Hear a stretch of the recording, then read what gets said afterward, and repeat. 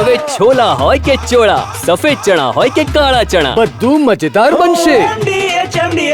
માંથી દાહોદ બાદ ભરૂચમાં મનરેગા કૌભાંડ.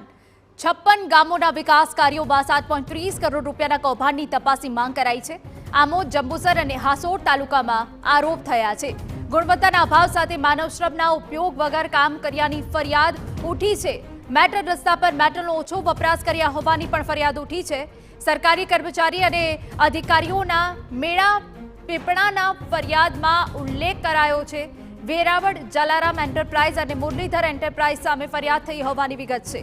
પિયુષ નુકાણી અને જોધા સભાડ સામે ફરિયાદ થઈ હોવાની વિગતો.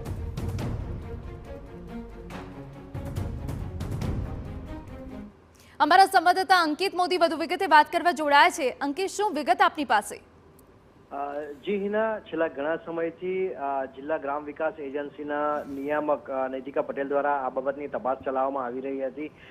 આખરે 3 તાલુકાઓમાંથી 11 જેટલા કામોમાં સ્પષ્ટપણે કૌભાંડ થયું હોવાનું સામે આવતા આખરે આ મામલે ભરૂચ શહેર એ ડિવિઝન પોલીસ સ્ટેશનમાં ગુનો દાખલ કરી દેવાયો છે. જેમાં વિશ્વાસઘાત સહિતની કલમોનો ઉલ્લેખ કરાયો છે. મનરેગા કૌભાંડની જો વાત કરવામાં આવે તો તેમાં માનવ શ્રમનો ઉપયોગ કરવાનો હોય છે, પરંતુ જે એજન્સીઓ છે તેમણે યાંત્રિક રીતે આ કામો કર્યા હતા. સાથે સાથે જે કામની ગુણવત્તા છે, જેમાં મેટલનું જે કાર્પેટિંગ છે, તેનું ફિલિંગ છે, એ તમામની ગુણવત્તા ઓછી અને તેની માત્રા પણ ઓછી રાખી અને કામને આટોપી લેવાયા હતા. સીધી સરકાર સાથે છેતરપિંડી કરાઈ હોવાની આ વિગતો સામે આવી હતી અને આખરે આ મામલે જિલ્લા વિકાસ અધિકારીને રિપોર્ટ કરાતા ભરૂચ એ ડિવિઝન પોલીસ સ્ટેશનમાં 2 એજન્સીઓ વિરુદ્ધ ગુનો દાખલ કરી દેવાયો છે. સાથે ચોંકાવનારી વિગતો એ પણ સામે આવી રહી છે કે ફરિયાદમાં સરકારી કર્મચારી અને અધિકારીઓના મેળાપીપળાનો પણ ઉલ્લેખ કરાયો છે. ત્યારે આગામી દિવસોમાં તપાસનો ધમધમાટ તેજ બને તો સરકારી બાબુઓ પણ જેલના સળિયા પાછળ ધકેલાય તો નવાય નહીં. જી ના, બિલકુલ, આભાર.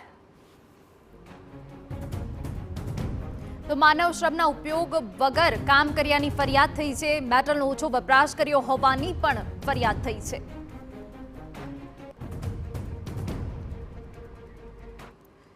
MDH કિચન કિંગ મસાલા રસોડામાં હોય તો આપણે કાંઈ પણ બનાવી શકીએ છીએ. રીંગણાનો ઓળો, બટેટા ફુલાવર, ભીંડી મસાલા અને બીજું ઘણું બધું.